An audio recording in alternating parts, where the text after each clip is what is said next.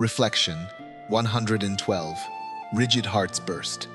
What happens when our faith is spent restoring the past instead of healing the present? What happens when we demand things go back to the way they were, rather than learning how to love who is here now? In today's gospel, people come to Jesus with a familiar concern. Others fast. Others keep the discipline. Others guard the tradition. Why don't your disciples do the same? It sounds like a question about devotion, but underneath it is a question about control. Why don't you do faith the way we have learned to do it? Jesus does not debate fasting. He reveals presence. He calls himself the bridegroom. In Scripture, the bridegroom is not an idea. He is fulfillment. He is covenant arriving. As long as the bridegroom is with them, they cannot fast. Joy is not disobedience. It is recognition. Fasting belongs to longing. Feasting belongs to nearness. Faith is not frozen in one posture. It moves between waiting and rejoicing. The joy does not cancel the coming loss. The days will come when the bridegroom is taken away. Then they will fast. Joy and grief will both have their time. Faith will learn how to hold presence and absence. Then Jesus gives two images: new cloth on an old cloak, new wine in old wineskins. The old is not condemned, but it cannot contain what refuses to be controlled. Today, January 19, is Monday of the second week in ordinary time, and yet nothing around us feels ordinary. The world is tense. Rumors of war circulate. Troops move. Economies tremble.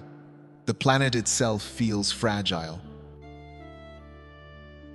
This is where the gospel presses into our time. We struggle because we live as if everything should stay the same.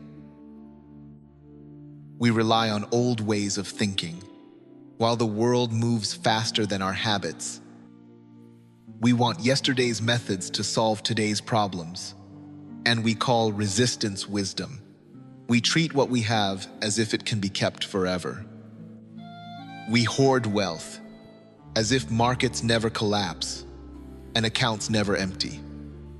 We treat our bodies as if youth will not fade, as if sickness will not arrive, as if time can be negotiated.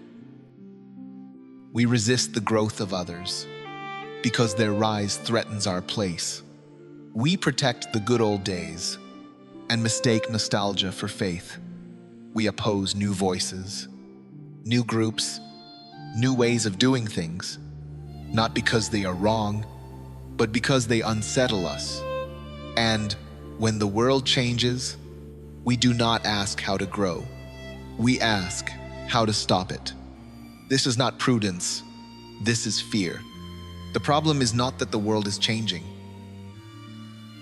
The problem is that we use a mindset of permanence in a passing world. And hearts grow rigid. New wine is poured, but rigid hearts cannot hold it. Rigid hearts burst. They burst into anger. They burst into blame. They burst into silence and fear. Jesus is not abolishing tradition. He is fulfilling it. He is asking whether our hearts are alive enough to receive grace. Even the Eucharist teaches this. The wine is always new, but it can only remain in hearts made supple by humility.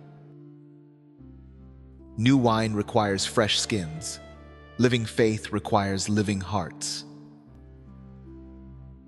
My friend, the question is not whether God is still present. The question is whether fear has tightened my heart against Him. Prayer. Lord, soften what has hardened in me. Stretch what fear has tightened. Make my heart a place where your grace can remain, not burst and be lost. Amen. Reflection questions. 1. Where has my faith become more about restoring the past than loving the present? 2. What changes do I resist out of fear rather than discernment?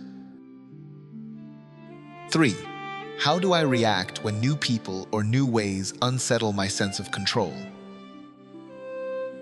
4. What might God be asking me to fast from so my heart can stretch? And finally, 5. Where is God inviting me to grow instead of going back? Do not rush to answer these questions. Let them stay with you today as you discern God's will. Because only hearts that stretch can hold new wine, and rigid hearts burst. See you tomorrow.